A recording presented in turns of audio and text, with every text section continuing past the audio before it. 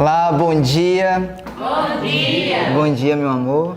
Bom dia a todos vocês que estão aqui, bom dia a vocês que estão em casa. Que privilégio nosso Deus nos concede estarmos aqui para adorarmos juntos, para ouvirmos a sua palavra. Sejam bem-vindos. Nesse exato momento queremos convidar você a fechar os seus olhos junto conosco para que nós possamos fazer uma oração ao nosso Senhor.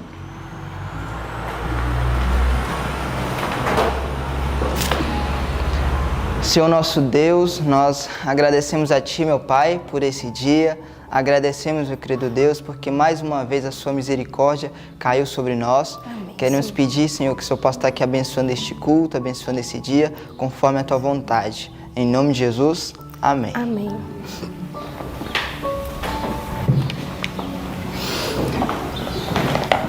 O que você pensa de Jesus? Jesus é maravilhoso, né? Jesus é bondoso, Jesus é amor, Jesus é tudo que precisamos em nossa vida. Através deste louvor agora você pode expressar, dizer para Ele o que você pensa do seu mestre. Vamos cantar juntos o hino 153.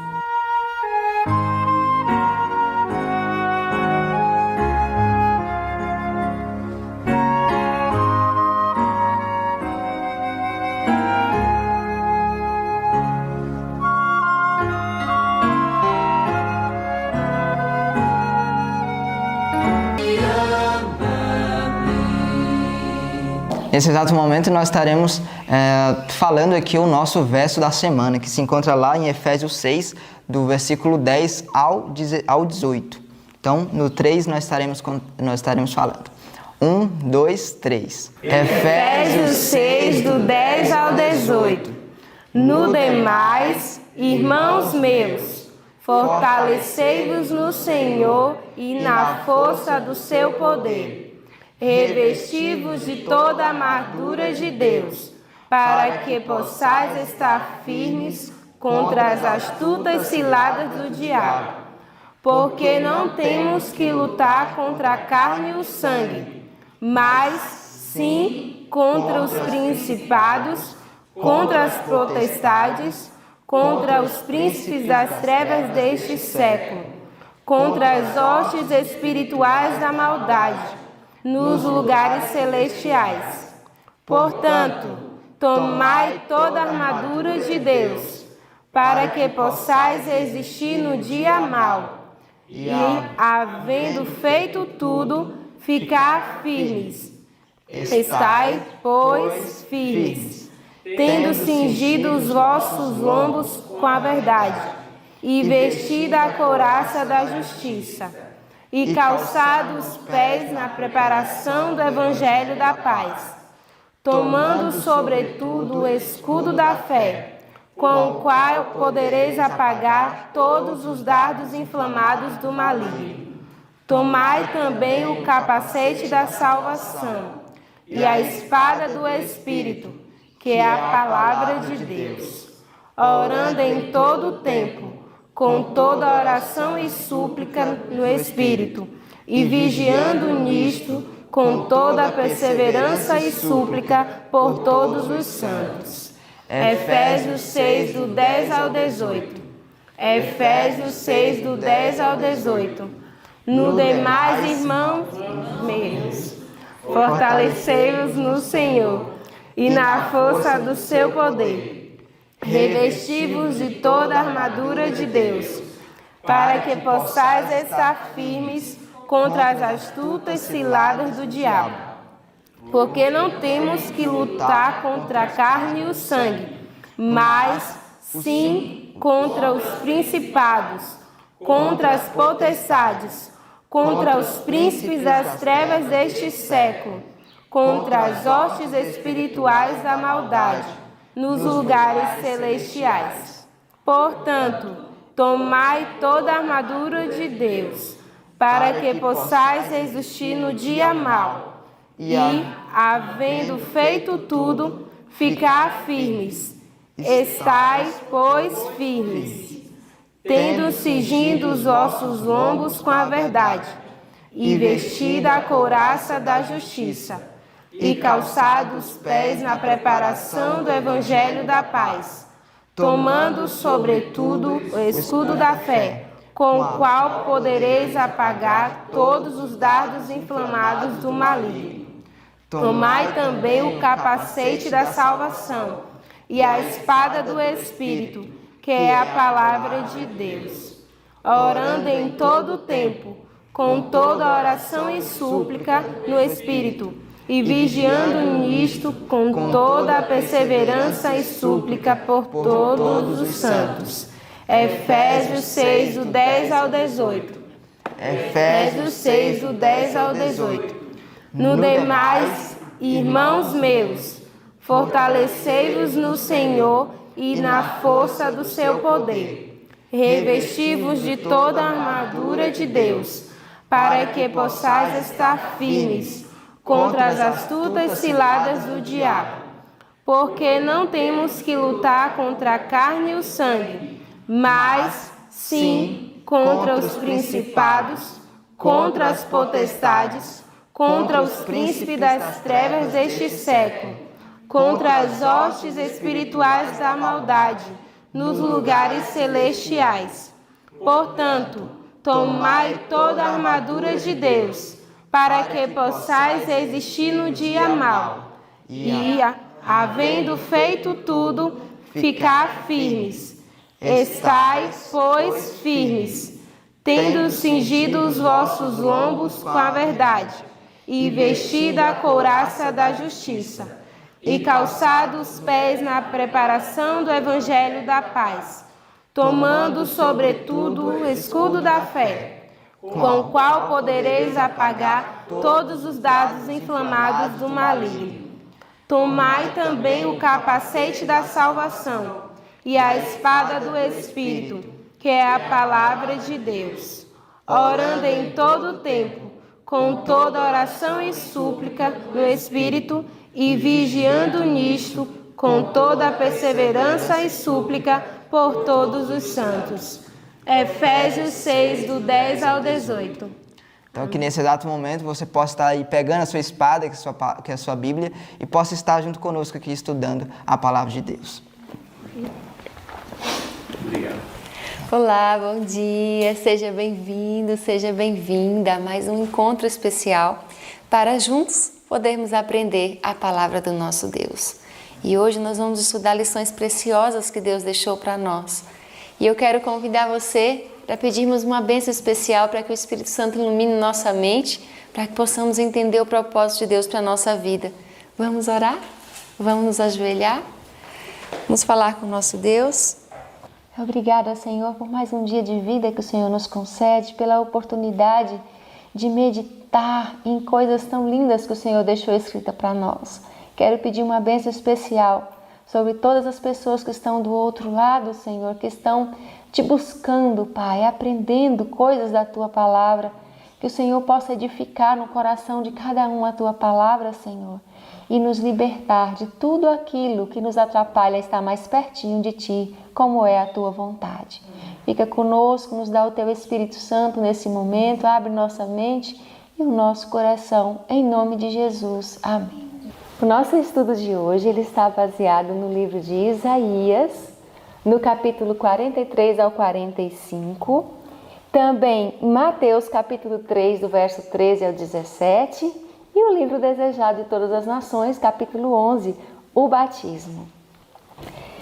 Quero pedir para você abrir sua Bíblia lá no livro de Isaías, no capítulo 43. Vamos ver alguns detalhes que o Senhor deixou escritos ali para nós. Deus começa esse capítulo aqui, o profeta Isaías começa falando um pouco, relembrando que Deus era o Deus do povo de Israel, que Deus tinha escolhido aquele povo. E Deus faz uma promessa muito bonita, Ele reafirma que Ele está com os filhos dele. E aqui no verso 1 diz assim: mas agora sim, diz o Senhor, que te criou, ó Jacó, e que te formou, ó Israel, não temas, porque eu te remi. Chamei-te pelo teu nome e tu és meu. Olha que coisa linda. Deus estava relembrando ao povo aqui de que Ele era o Deus dele. E que, olha que promessa bonita no verso 2. Quando passares pelas águas, estarei contigo. Quando pelos rios, eles não te submergirão. Quando passares pelo fogo, não te queimarás, nem chama arderá em ti, porque eu sou o Senhor teu Deus, o Santo de Israel, teu Salvador. Dei o Egito por teu resgate, a Etiópia e a Seba em teu lugar.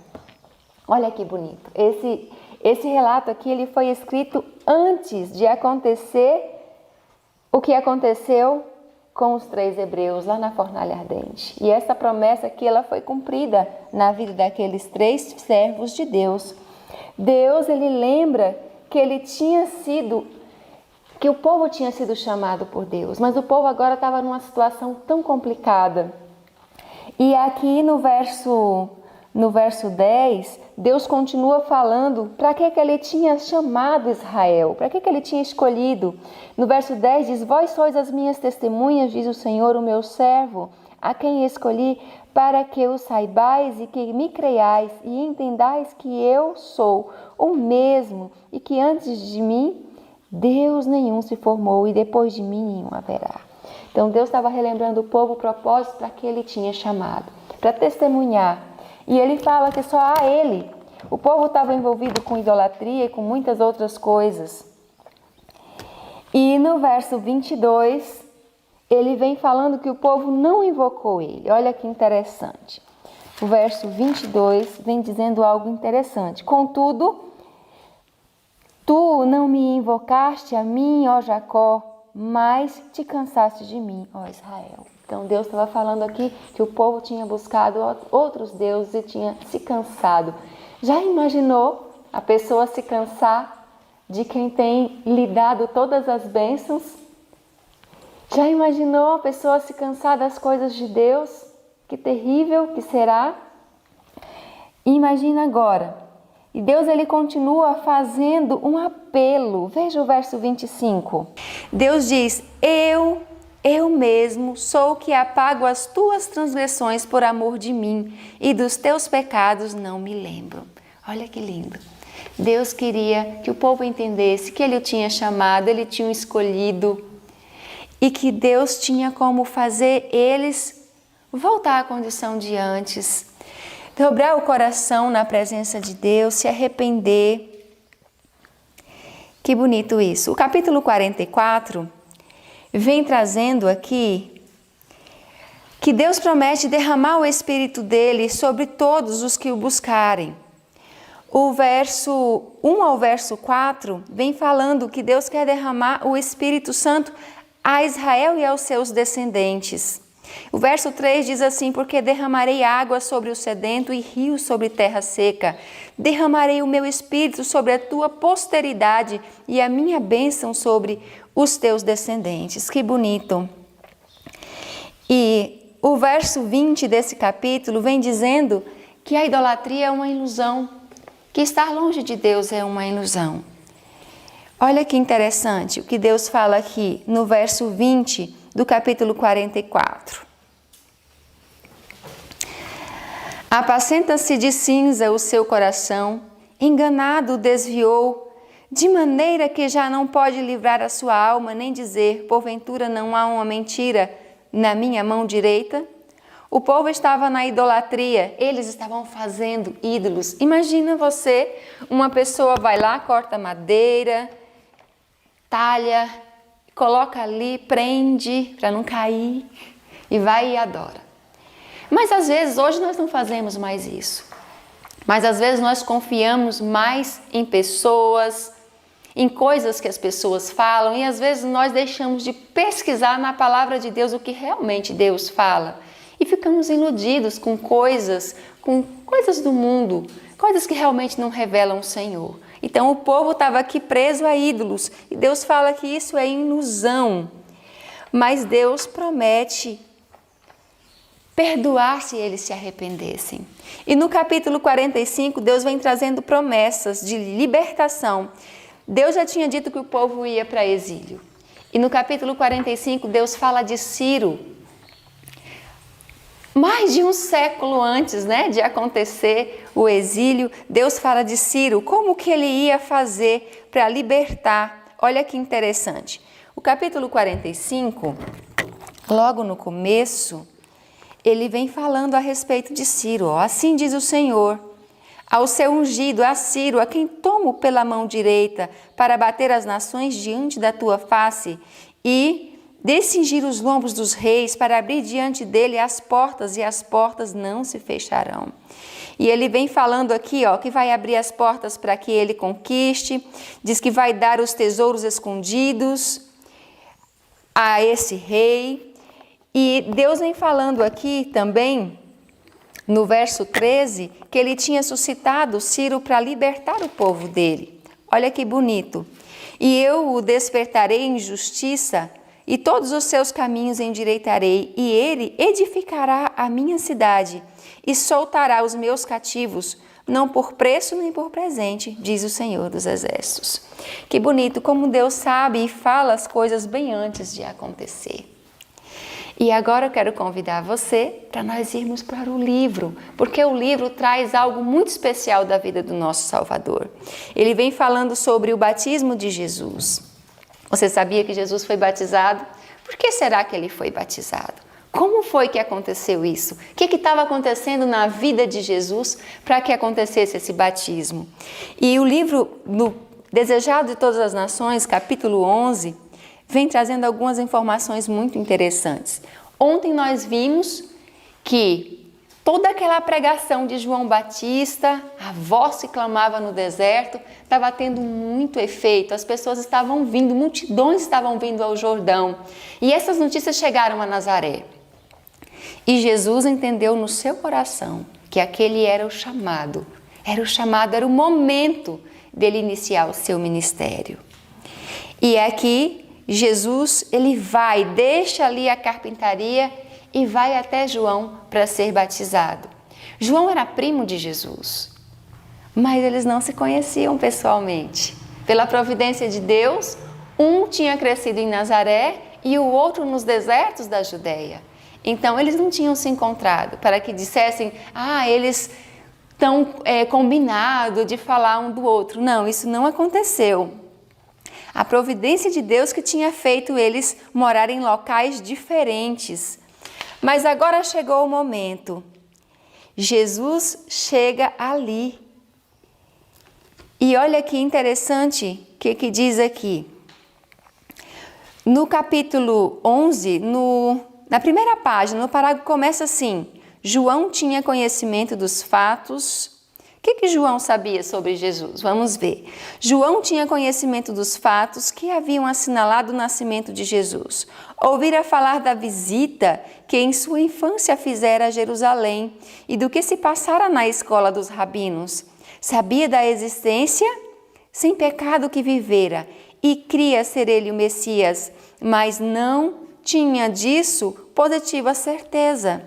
O fato de haver Jesus permanecido tantos anos em obscuridade, não dando especial indício de sua missão, deu lugar a dúvidas quanto a ser a verdade o prometido. O Batista, no entanto, esperava com fé confiante, acreditando que ao tempo designado pelo próprio Deus, tudo se haveria de esclarecer. E tinha sido revelado a ele que o Messias procuraria de suas mãos o batismo. Olha que interessante. E quando Jesus foi para ser batizado, João, ao contemplar Jesus, ele viu a pureza, sentiu a presença divina e ele se recusou a batizar Jesus. Mas Jesus insistiu com João para ser batizado, para nos dar o exemplo. E Jesus também queria iniciar o seu ministério de forma especial, passando por esse rito que todos nós precisamos passar. Você já foi batizado? Já fez um compromisso com Deus? Jesus foi batizado, mesmo sem pecado. Olha que interessante que diz aqui. Por que então ele foi batizado? No parágrafo começa: Jesus não recebeu o batismo como confissão de pecado e de sua própria parte. Identificou-se com os pecadores, dando os passos que nos cumpre dar.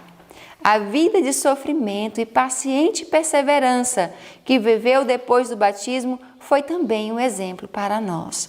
Então, Jesus ele se batizou para se identificar conosco, para nos dar o exemplo e mostrar que nós precisamos dar esse passo tão importante. E aí, quando Jesus sai da água, ele faz uma oração. E essa oração que Jesus fez foi muito impressionante. Jesus olhava para as pessoas e ele via a atuação de Satanás na vida das pessoas. O coração duro, a incredulidade, tudo isso magoava o coração de Jesus e ele ansiava por salvar aquelas pessoas. Ele queria muito alcançar o coração daquelas pessoas. E quando Jesus sai da água, ele se inclina em oração. Nova fase se abria diante dele, entrava agora em mais amplo círculo no conflito de sua vida. Contudo, ele fosse o príncipe da paz, sua vida deveria ser como o desembainhar de uma espada. O reino que viera estabelecer era o oposto daquilo que os judeus desejavam. Os judeus esperavam um príncipe poderoso para libertar do cativeiro, mas o reino que Jesus tinha vindo colocar era a libertação do pecado. Então agora Jesus se inclina em oração. E a oração de Jesus foi algo muito especial. Aquele que proclamara a lei sobre o Sinai seria condenado como transgressor. O que viera derribar o poder de Satanás seria acusado como Beelzebu. Ninguém na terra o compreenderia e ainda em seu ministério deveria andar sozinho. Olha que fardo pesado que Jesus veio suportar. Ele, que era o que doou a lei para Israel, ia ser tratado como transgressor dessa lei. Como um conosco, cumpria-lhe suportar o fardo de nossa culpa e aflição. O inocente deveria sentir a vergonha do pecado. O amigo da paz tinha que habitar entre a luta, a verdade com a mentira, a pureza com a vileza. Todo pecado, toda discórdia, toda contaminadora concupiscência trazida pela transgressão lhe era uma tortura de espírito. Imagina você santo, incontaminado, puro, viver no meio de um monte de gente fazendo coisas erradas, um destruindo os outros. Mas Jesus suportou tudo isso porque Ele quer salvar. A vontade de Deus é nos salvar. E para tirar o ser humano da miséria, Jesus mergulhou junto conosco, para que pudesse dar o exemplo e também mostrar, revelar o amor de Deus. Sozinho ele deveria trilhar essa vereda. Sozinho ele deveria carregar esse fardo. Viu e sentiu tudo isso, firme porém permaneceu em seu desígnio. De seu braço dependia a salvação, a raça caída. E agora Jesus olha para aquela multidão e o que ele sente? O olhar do Salvador parece penetrar o céu ao derramar alguém em oração. Bem sabe como o pecado endureceu o coração dos homens e como lhe será difícil discernir a sua missão e aceitar o dom da salvação eterna. Então agora olha o que ele faz, ele suplica ao Pai poder para vencer a incredulidade deles, quebrar as cadeias com que Satanás os escravizou, a derrotar em seu benefício o destruidor. Pede o testemunho de que Deus aceite a humanidade na pessoa de seu Filho. Olha a oração de Jesus. Jesus pede para Deus quebrar a incredulidade naqueles corações e para que Ele pudesse revelar Deus àquelas pessoas. E agora os anjos ouvem aquela oração e todos ficam ansiosos por atender. Todos ficam ansiosos por revelar alguma coisa de Deus ali. Mas, para surpresa deles, quem fala do céu? O próprio Pai. Deus fala ali com Jesus. E em Jesus, como nosso representante, o que Deus fala é para todos os filhos dele. Olha que bonito. Deus fala, este é o meu filho amado em quem me comprazo. Essas palavras de confirmação foram proferidas para inspirar a fé naqueles que testemunhavam a cena e fortalecer o Salvador para a sua missão. Não obstante os pecados de um mundo criminoso serem postos sobre Cristo, não obstante a humilhação de tomar sobre si a natureza decaída, a voz declarou ser ele o Filho do Eterno. Olha que bonito. E essas palavras Deus fala também para mim e para você. Quando nós tomamos a decisão de estar do lado de Deus, Ele diz que nos aceita como aceitou Jesus. Não é especial demais? Jesus passou e nós precisamos também seguir as suas pegadas. Jesus não precisava ter se batizado, ele era puro, santo, incontaminado. Mas ele fez isso para abrir o caminho para nós. Jesus abriu o caminho, ele fez a ligação entre o céu e a terra que estava quebrada. E nós temos a oportunidade hoje de sermos chamados filhos e filhas de Deus. Assim como Deus aceitou Jesus, Ele nos aceita através de seu Filho. Tudo que nós precisamos fazer é reconhecer que somos pecadores, entender a vontade de Deus para a nossa vida, buscar esse Jesus e Ele também vai nos aceitar. Você gostaria de entregar o seu coração para Jesus? Quem sabe você já tem estudado a Bíblia, quem sabe você já tem prestado atenção nas verdades, seu coração talvez tenha se movido de vontade de mudar, de ficar mais perto de Deus, mas você tem lutado contra essas convicções. Deus está chamando você para você passar para mais perto dEle, para você chegar para mais junto do Senhor, tomando a decisão do batismo. E aí a sua vida vai ser muito, muito, muito mais perto de Deus. Olha que bonito, João ele ficou comovido ao ver Jesus curvado e João viu e ouviu tudo o que aconteceu. E ali no momento que Jesus orava, o Pai falou e o Espírito Santo desceu como pomba sobre Jesus. Aqui mostra os três juntos. Jesus aqui na terra, o Pai falando do céu e o Espírito Santo. Os três estão envolvidos na salvação da humanidade. E para finalizar, eu quero ler com você esse parágrafo aqui que começa aí essas palavras dirigidas a Jesus no Jordão, que é o que eu comentei com você agora há pouco. Olha que coisa impressionante. E essas palavras dirigidas a Jesus no Jordão, este é meu filho amado em quem me compraz, abrangem toda a humanidade. Deus falou a Jesus como nosso representante. Com todos os nossos pecados e fraquezas, nós não somos rejeitados como indignos. Deus nos fez a